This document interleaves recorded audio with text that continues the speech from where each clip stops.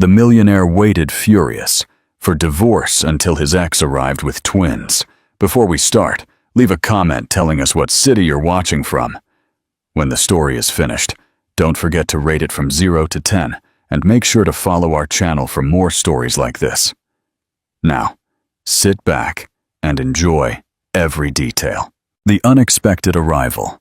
The office of Damian Sterling in New York City's financial district awaited power and control. Floor-to-ceiling windows offered a panoramic view of the city, while the Italian leather furniture and contemporary artworks silently proclaimed the success of a man who had turned every aspect of his life into a calculated business operation. Damian, 42, paced back and forth in front of his mahogany desk, consulting his Patek Philippe. Every few minutes, his navy blue Tom Ford suit perfectly adjusted to his athletic figure, the result of disciplined workouts in his private gym. His dark, slightly wavy hair was impeccably combed back, and his emerald green eyes reflected a mix of irritation and determination. "Where is she?"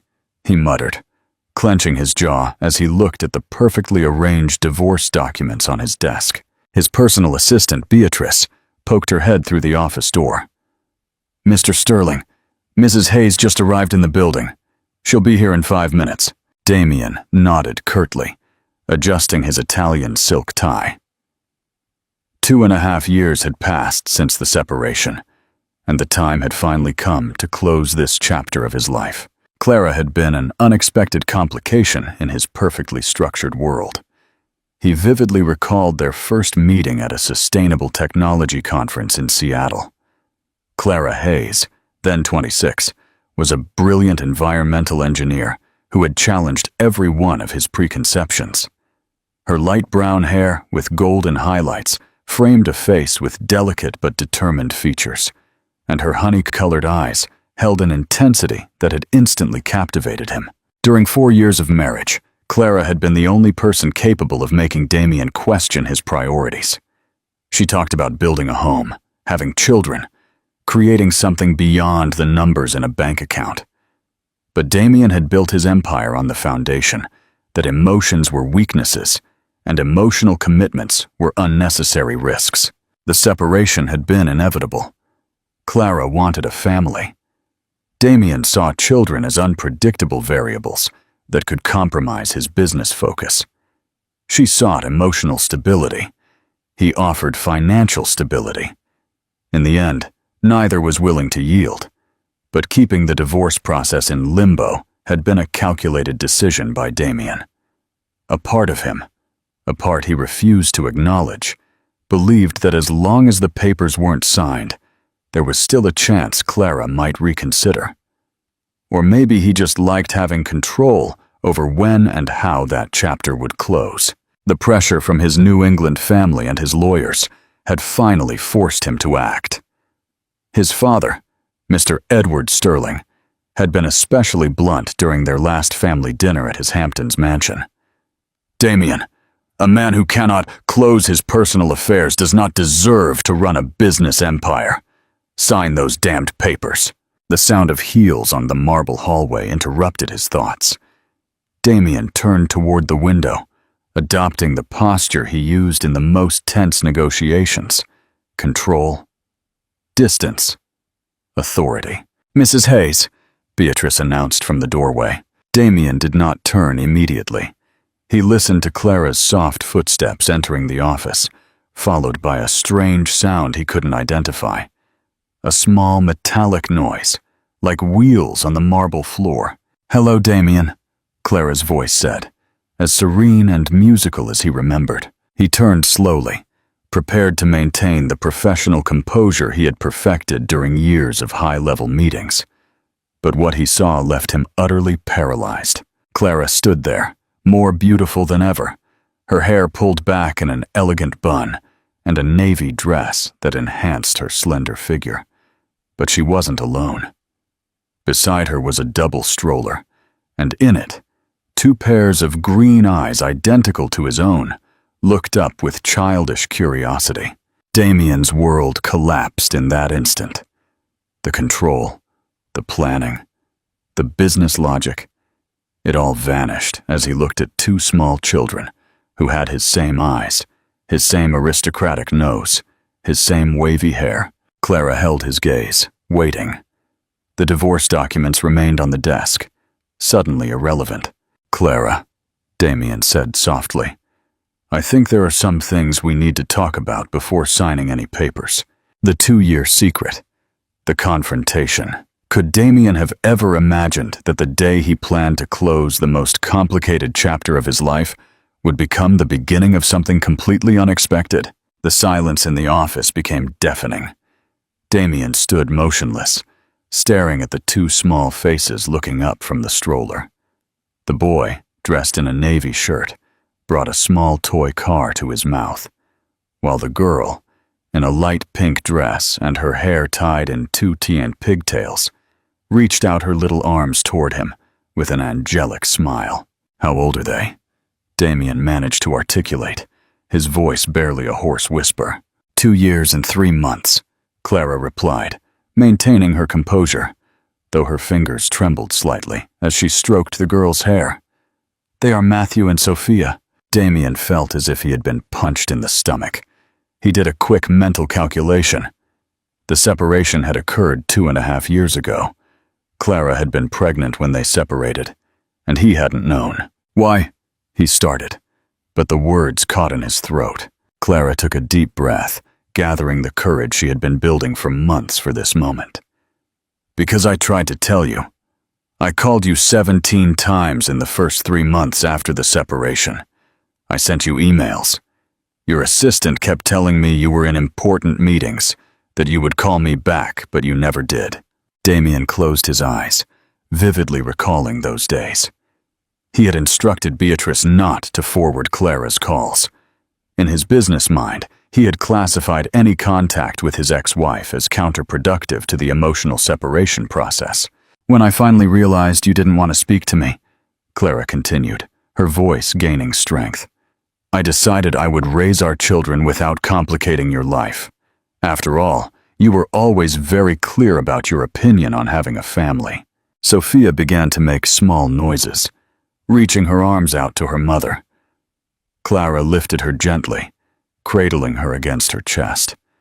Little Matthew, as if sensing the tension in the room, began to pout.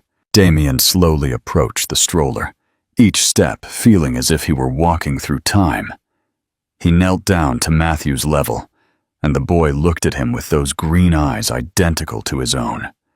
Without thinking, Damien extended his index finger, and to his surprise, Matthew grasped it with his tiny hand. A completely unfamiliar sensation ran through Damien's chest. It wasn't the satisfaction of closing a successful deal or the adrenaline of a business acquisition. It was something deeper, more primitive, more real than anything he had experienced in his 42 years. "They were born premature," Clara explained, watching the interaction between Damien and Matthew. "I spent 3 months at the hospital in Seattle alone. They weighed less than 4 pounds each. The doctors weren't sure if—" Her voice broke slightly, and Damien looked up at her.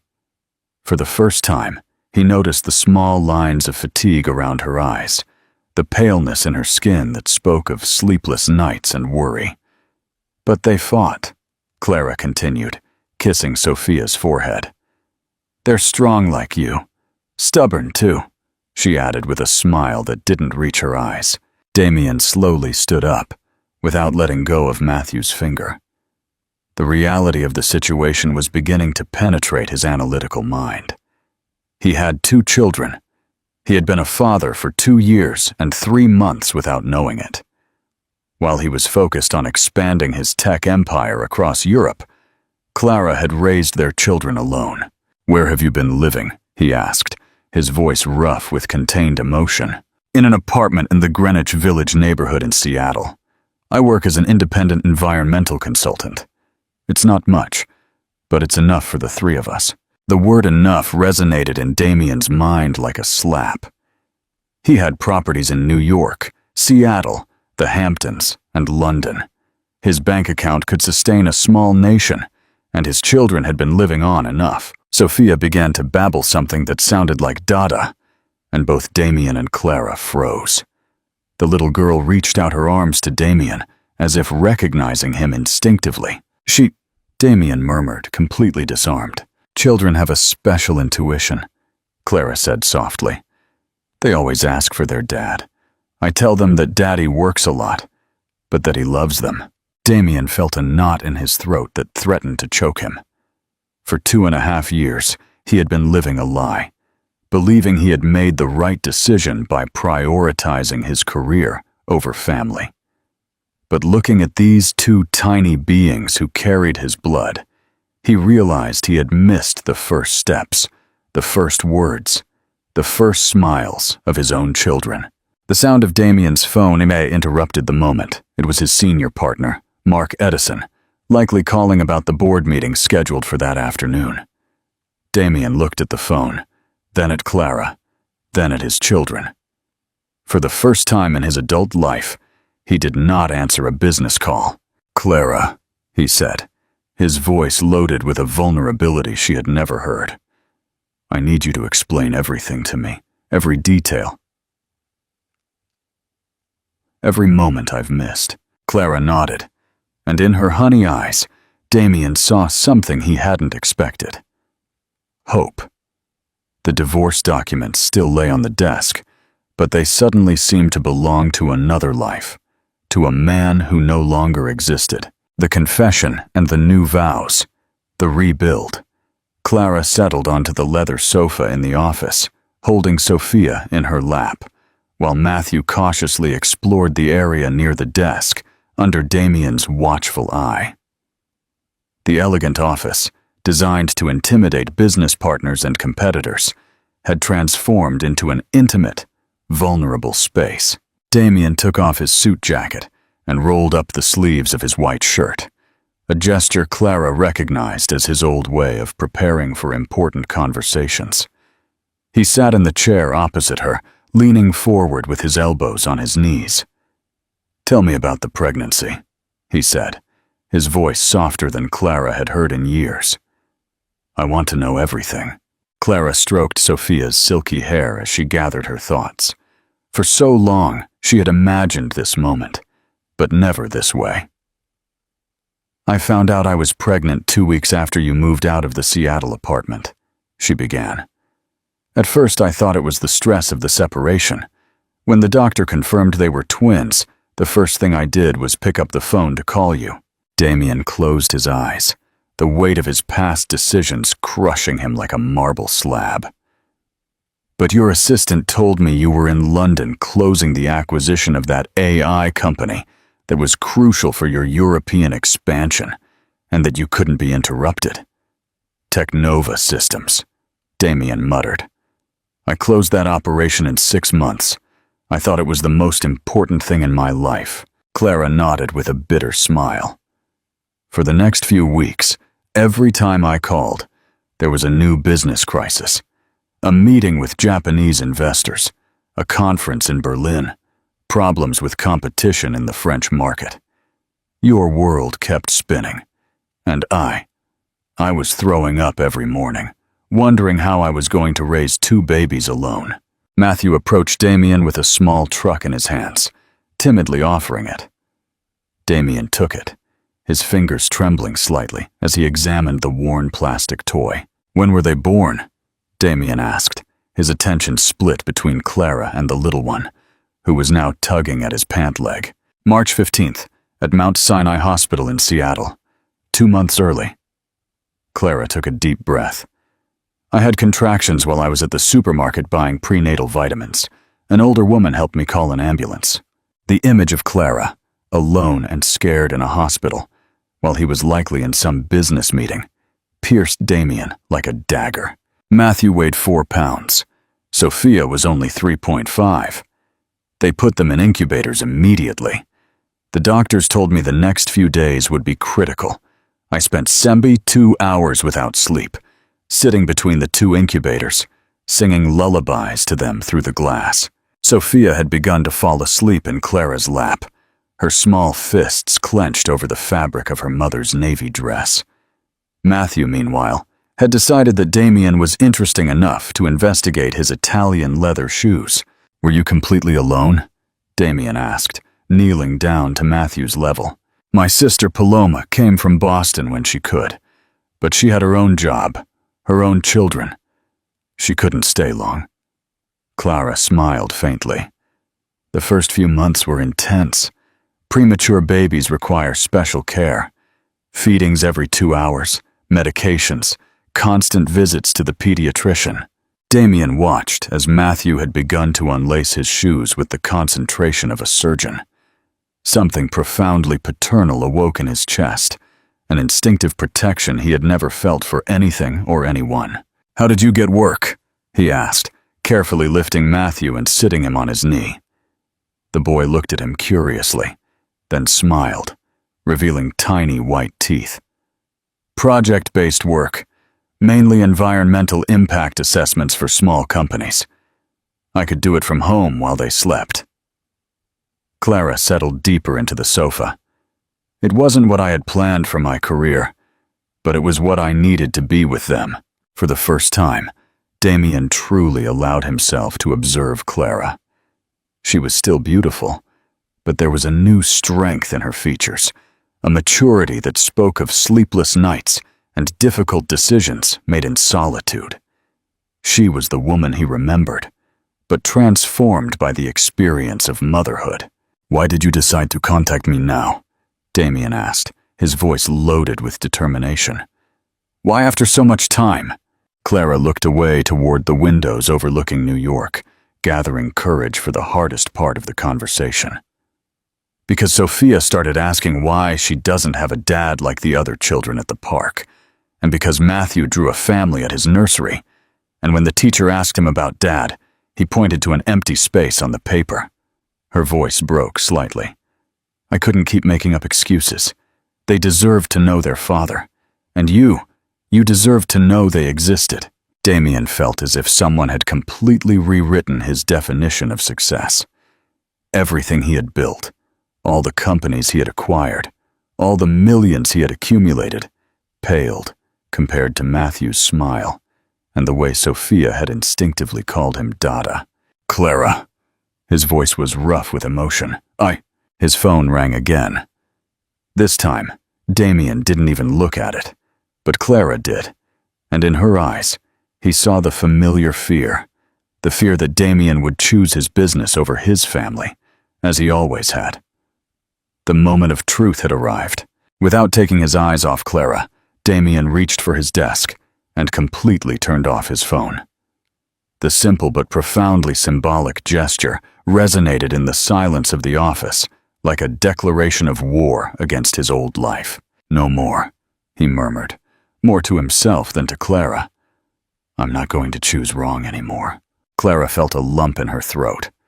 For 2.5 years, she had imagined this moment in different ways. Damien rejecting the children. Damien trying to buy her silence. Damien trying to take legal control of the situation. But she had never imagined this genuine vulnerability. Matthew had started exploring the buttons of Damien's shirt with a scientist's fascination, discovering a new element. Unconsciously, Damien had started rocking him gently, a paternal instinct that seemed to emerge from somewhere deep within him. "I want to know them," Damien said, his voice firm but loaded with emotion. "I want to know what they like for breakfast, what their favorite stories are, what makes them laugh, what comforts them when they cry. I want to know every detail I've missed and be present for everything that comes next." Clara felt tears threaten to spill. She had waited for this answer. She had dreamed of it, but hearing it aloud overwhelmed her. "It won't be easy, Damien," she said softly, stroking Sophia's back. "You can't just appear in their lives when it suits you. Children need consistency, routine, real presence. They can't be another business project to manage between meetings." Damien nodded, understanding the gravity of Clara's words. Looking at Matthew, who had now decided that his Patek Philippe watch was the most fascinating object in the world, He realized that his entire value system was being rebuilt from scratch. "You're right," he admitted. "I know nothing about being a father. My own father, Edward, taught me that success was measured in acquisitions and bank accounts. He thought providing financially was enough love." Clara watched as Damien naturally interacted with Matthew, instinctively adjusting his posture so the boy would be more comfortable. There was something deeply moving about seeing the most feared magnate in Spain behaving with a tenderness she suspected he didn't even know he possessed. "Sophia is exactly like you when she doesn't like something," Clara commented, trying to ease the tension. "She frowns the same way, crosses her arms, and makes that little sound of disapproval you used to make when we argued about renovating the apartment kitchen." Damien looked up, surprised. It was strange to hear that he had passed on personality traits to his children without even knowing them. "And Matthew is more like me, but he has your determination. When he sets his mind to something, he doesn't give up. Yesterday, he spent an hour trying to reach a book on a high shelf. He wouldn't accept help until he got it himself." An inexplicable pride filled Damien's chest. His children had personalities, quirks, characteristics they had inherited from both of them. They were real people, not just abstract concepts. "Clara," his voice was charged with determination, "I want you to cancel your plans for the rest of the week. I want to come home with you, with the children. I want to spend real time with them, learn their routines, be part of their lives starting now." Clara tensed slightly. Damien's house in the exclusive Upper East Side neighborhood was a symbol of everything that had separated them. Ostentation, elegant coldness, a museum rather than a home. "Damien, I'm not sure that's a good idea. The children have their schedules, their comforts.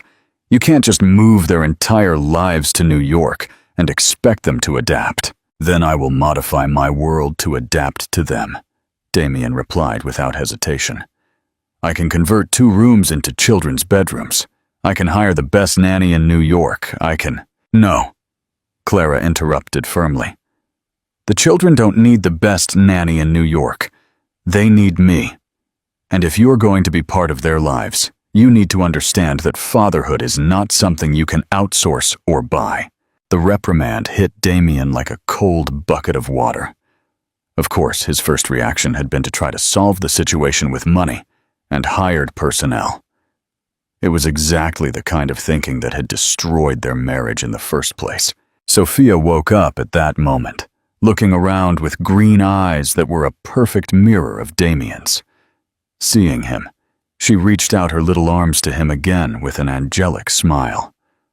"Dada," she murmured, and the word pierced Damien's chest like an arrow straight to the heart. Without thinking, Damien leaned down and took Sophia from Clara's arms. The little girl nestled against his chest immediately, as if she had been waiting for this hug all her life. "What do you need from me, Clara?" Damien asked, his voice barely a whisper as he rocked Sophia. "Tell me, how can I do this right? Tell me how I can be the father they deserve." Clara watched him for a long moment. There was something profoundly transformative in seeing Damien Sterling, the man who had built an empire on the foundation of never showing weakness, completely vulnerable, and willing to rebuild himself for his children. "I need to know this isn't temporary," she finally said. "I need to know that when things get tough, when the children are sick at 3 a.m., when you have an important meeting and Matthew throws a tantrum, you will choose to be their father over being Damien Sterling, the magnate." Damien looked at Sophia, who had begun to fall asleep again in his arms. Then at Matthew, who was now playing with his shoelaces, completely oblivious to the conversation that was redefining their future. "Clara," his voice was firm and clear, "for 2.5 years, I built excuses for not signing these divorce papers because a part of me always knew I had made the biggest mistake of my life by letting you go. But now I realize it wasn't just about losing you. It was about losing the opportunity to be the man I always should have been." The divorce documents still lay on the desk, but for both of them, They had completely lost their relevance. The future had just become much more complicated, but for the first time in years, it also felt full of possibilities. The test of commitment, the family first. The office door burst open, interrupting the bubble of intimacy that had formed around the small family. Mark Edison, Damien's senior partner and his best friend since college, strode into the office with the confidence of someone who had never needed to ask permission. "Damien, you haven't answered your phone in 2 hours. The Japanese investors are waiting. They flew from Tokyo specifically for this meeting and have been waiting in the boardroom for 3 hours. Mark stopped abruptly at the sight of the scene before him. Damien was sitting on the sofa with Sophia asleep in his arms, while Matthew played with his glass paperweights. It was an image so far removed from the corporate Damien that Mark knew that for a moment he thought he had entered the wrong office. "Your children?" Mark repeated, his gaze alternating between Damien and the little ones. "But you said you never—" "Yes, I know what I said," Damien interrupted. "I was wrong about many things. Clara watched the dynamic between the two men, immediately recognizing in Mark the type of person who had influenced Damien's decisions during their marriage. Sharp, ambitious, and clearly uncomfortable with the presence of children in a business space. "Damien, we need to talk," Mark said, throwing a nervous glance toward Clara. "In private. Whatever you have to say, you can say it here," Damien replied, adjusting Sophia carefully in his arms. "Clara and I have no secrets." The white lie made Clara feel an unexpected warmth in her chest, but also a pang of realism. Damien and she had more than 2 years of accumulated secrets. Mark took a deep breath, clearly uncomfortable with the situation. "The Yamamoto Group is threatening to withdraw their $200 million investment. If we don't close the presentation today, it will set us back months. It will compromise the Asian market entry." Damien felt the familiar weight of corporate pressure, but this time, something fundamental had changed within him. He looked at Sophia, sleeping confidently in his arms, then at Matthew, who had started building a tower with the crystal paperweights from his desk. "Reschedule the meeting for tomorrow," Damien said without hesitation. "What?" Mark looked genuinely shocked. "Damien, this operation will get us into the Asian market. It's what we've been planning for 2 years. You can't just—" "I can and I am," Damien interrupted. "Explain to them that an emergency family situation arose." Clara felt a mix of gratitude and worry.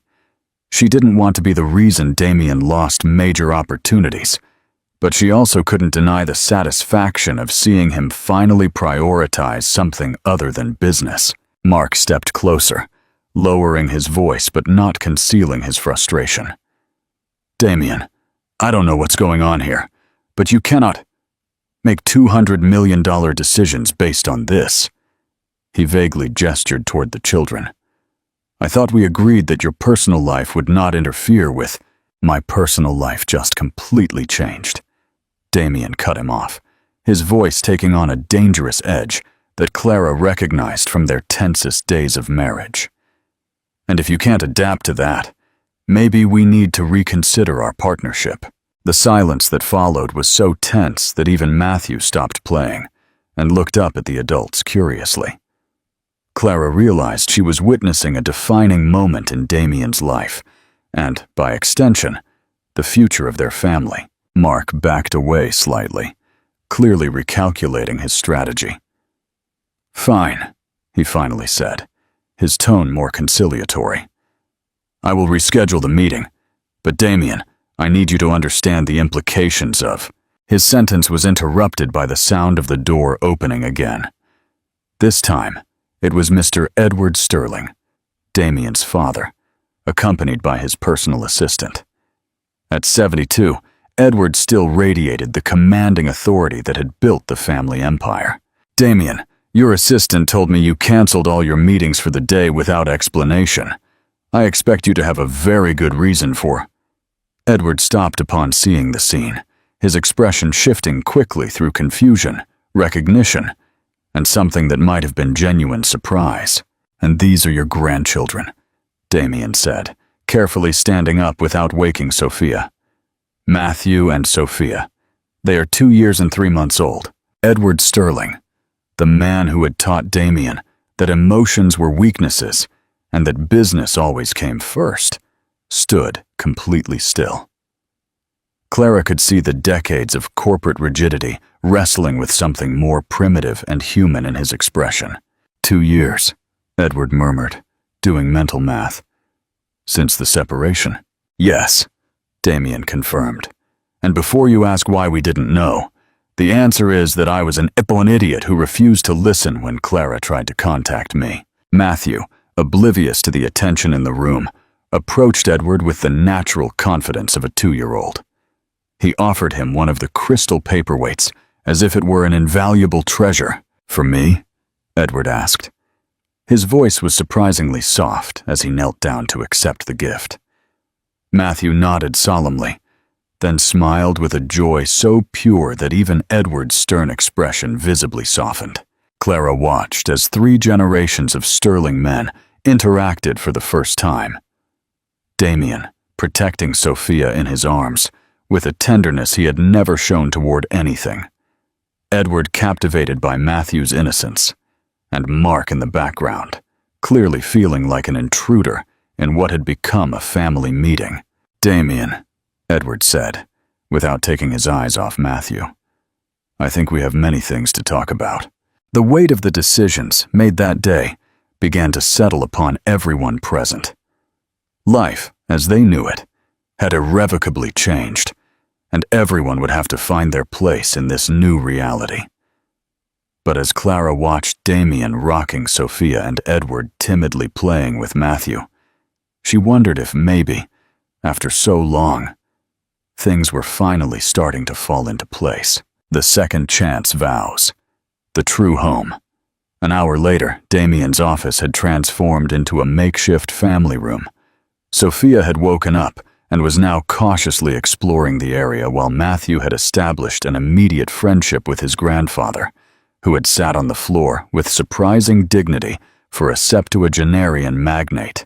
"It's extraordinary how much he looks like you at that age," Edward commented, addressing Damien as Matthew tried to climb onto his knees. "The same determination, the same relentless curiosity." "Dad," Damien said, and Clara noticed it was the first time in years she had heard him use that word. "About business. Business can wait," Edward interrupted, a phrase so uncharacteristic of him that Mark, who had remained silent near the window, turned in surprise. "Mark, go explain to the Japanese that the Sterling family is handling an important personal matter. Offer them dinner at Del Posto tonight. On my dime." Mark nodded and headed toward the door, but stopped. "Damien, I just hope you know what you're doing," he said, his voice loaded with genuine concern. "The market doesn't forgive moments of sentimentality." After Mark left, a comfortable silence settled in the room. Sophia had decided that Clara's shoes were fascinating and was attempting to untie the laces with an engineer's concentration. "Clara," Edward said, his voice softer than she remembered, "I must apologize to you." Clara looked up, surprised. "During your marriage to Damien, I was inflexible in my opinions about what constituted success for a Sterling man. I believed that emotional distractions weakened business judgment. I was wrong." The apology, coming from the man who had been one of the most divisive forces in their marriage, left Clara speechless. Looking at these children, Edward gently stroked Matthew's hair. "I realize I've spent 6 years building an empire, but I missed the opportunity to build a true family dynasty. I want to know my grandchildren," Edward continued. "I want them to know who their grandfather is, not the corporation president, but the man who loves them unconditionally." Sophia chose that moment to approach Edward, offering him one of the books she had been reading. Edward took it with the seriousness of someone receiving a crucial legal document. "Clara," Damien said, gathering the courage to address the topic they had been avoiding, We need to talk about the practicalities of all this. Damien nodded, although it was evident he preferred to remain in the emotional bubble of the past few moments. I live in Seattle. My job is there. My apartment, the children's nursery. I can't just move their entire lives to New York because you've decided to be part of it. Then I will move to Seattle, he said without hesitation. Clara blinked, surprised by the swiftness of the response. Damien, your company is here. Your life is here. You can't— I can simply run the company from Seattle, he interrupted. Technology allows for remote work, and I can fly to New York when necessary for important meetings. But I am not going to be a weekend father. Edward watched the conversation with interest, recognizing in Damien a determination he had traditionally reserved for business acquisitions. There is another option, Edward said carefully. The family villa in the Hamptons is only a short flight from Seattle. It's empty most of the time. You could use it as a base when you're in the area. Clara knew the Hamptons villa. She had been there once during their marriage. A beachfront property with 8 bedrooms, extensive gardens, and a privacy that a family with young children could appreciate. It's a generous idea, Clara admitted, but I'm not sure it's appropriate. The children and I have our own routines, our independence. I'm not suggesting you live there, Edward clarified. I'm suggesting Damien have a place where he can be close to his children without pressuring them to abandon their life in Seattle. Matthew had begun to fall asleep in Edward's lap, his small head resting against the chest of the grandfather he had just met. It was an image so tender that Clara felt her defenses slowly crumble. I need time to think, she finally said. This is a lot to process in one day. Damien nodded, understanding he had been asking for monumental decisions from Clara after years of absence. Of course, but Clara, I want you to know that my commitment to being their father is non-negotiable. We will find a way to make it work, no matter how complex. Sophia had started yawning, a sign that it was nap time. Clara looked at her watch and realized they had been in the office for almost 4 hours. We should go, she said. Standing up. The children need to eat and rest in a familiar environment. Damien felt a pang of panic at the thought of them leaving. What if this had just been an isolated moment? What if Clara changed her mind? Can I accompany you to dinner? He asked, his voice filled with a vulnerability Clara had never heard before. Clara watched him for a long moment, seeing the man she had loved struggling to become the father their children deserved. Yes, she said softly. I think that would be good for everyone. But as they gathered the children's things and prepared to leave, Clara couldn't shake the feeling that the real complications were only just beginning. 3 years later, the second wedding. The terrace of the villa in the Hamptons was decorated with garlands of wildflowers and string lights that created a magical atmosphere under the starry Mediterranean sky. There were no more than 30 guests, close family, intimate friends, and the nursery school classmates of Matthew and Sophia, who were now 5 and 3, and were running through the garden with the endless energy of childhood.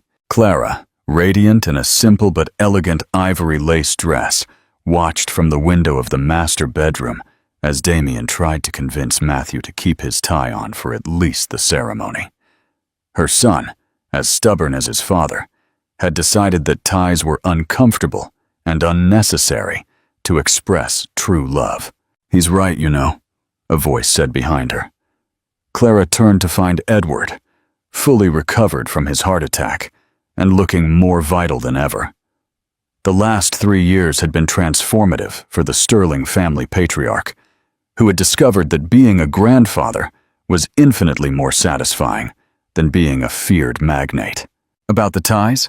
Clara asked with a smile. About true love, Edward replied, coming closer to embrace his daughter-in-law. You have transformed my son in ways I never thought possible, Clara.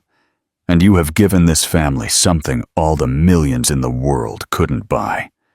True happiness. Through the window, they could see Damien finally giving up the tie battle, lifting Matthew onto his shoulders while Sophia clapped. The little girl wore a light pink dress and a flower crown she had insisted on making herself, declaring she would be the prettiest princess at Mommy and Daddy's wedding. "Nervous?" asked Paloma, Clara's sister, entering the room with the small bouquet of Mediterranean flowers they had chosen. "No," Clara replied honestly. "For the first time in my life, I feel completely certain about a decision." It was true. The last 3 years had been a gradual process of reconstruction, not only of their relationship, but of themselves as individuals and as a family. Damien had kept every one of his promises. He had moved his main headquarters to Seattle, hired trusted partners to handle New York operations, and never, not once, had he put business above his family. They had had their challenges, of course. Matthew had gone through a phase of epic tantrums that tested any novice parent's patience. Sophia had developed a fascination with running away in supermarkets, giving them several heart scares. And Clara and Damien had had to learn to communicate as partners in parenthood, not just as ex-spouses trying to get along. But every hurdle overcome had strengthened the foundation of what they had built together.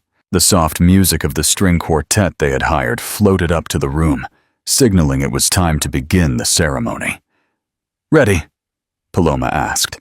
Clara nodded, took the bouquet, and headed toward the stairs that would lead her to the garden, where her second chance at happiness awaited her. In the garden, Damien waited for her under a natural arch of bougainvillea, with Matthew on his right and Sophia on his left. The children had insisted on being part of the ceremony, declaring, "It's our wedding too because we're a family." When Clara began to walk down the stone path, Damien felt time slow down. She was the same woman he had fallen in love with years ago, but there was a serenity in her now, a confidence that only comes from knowing you are loved completely and unconditionally. The vows were simple but profound. There were no grand promises or dramatic declarations. Instead, there was the wisdom of two people who had learned that true love is not about perfection, but about daily choice, prioritizing each other and their family. "Clara," Damien said, taking her hands, "I promise to love you not only in the easy times, but especially when things get hard. I promise to be the father our children deserve and the partner you need. And I promise that every day I wake up beside you, I will remember how lucky I am to have a second chance with you." "Damien," Clara replied, her voice clear and firm, "I promise to build a life with you based on honesty, respect, and unconditional love. I promise to be your partner in all the adventures to come, and I promise that our children will grow up knowing that true love exists and is worth fighting for." When they kissed, Matthew and Sophia applauded enthusiastically, and the small group of guests joined in an intimate but joyful celebration. Later, as the party continued in the garden and the children played with their cousins, Clara and Damien found themselves alone on the terrace, watching the sea stretch to the horizon. "Any regrets?" Damien asked, hugging her from behind. "Only one," Clara replied, leaning back against his chest. "I regret it took us so long to get here." "I don't," Damien said softly. "I think we needed to go through everything we did to appreciate what we have now. The mistakes, the pain, the lost years, all of that taught us to value this." Clara turned in his arms, watching her children now chasing fireflies in the garden, while Edward told them stories of his own childhood. "Do you think we'll be different this time?" she asked. "I know we will be different," Damien replied with certainty, "because we are not the same people we were 6 years ago. We are parents now. We are wiser, and we have learned that a family is not something you own. It's something you nurture every day." A shout of joy from the garden interrupted their intimate moment. Sophia had managed to catch a firefly and was proudly showing it to everyone. "Mommy, Daddy, come look," Matthew called out. Clara and Damien looked at each other and smiled. Their honeymoon would have to wait. Their children were calling them as they walked hand in hand toward the garden lit by the party lights and the stars of the Atlantic sky. Clara realized that this was exactly what she had dreamed of during all those years of solitude. A real, imperfect family, but full of love, where every day was a new opportunity to choose to be together. The life they had built was not the romantic fantasy of the movies. It was better. It was real. It was theirs. And it was filled with small, magical moments like this. And for the first time in her adult life, Clara knew with absolute certainty that she had found her place in the world. Here, with this man, who had learned to love without reservations, with these children who had transformed them both. In this family, they had built on the foundations of second chances and unconditional love. Have you ever experienced the transformative power of true love in your own life? Your participation means a lot to the channel. Please share your thoughts in the comments. Thank you for watching. If you liked the story, subscribe to our channel and leave a comment telling us what you thought. Your comments and support mean a lot to us. Stay tuned for more exciting stories.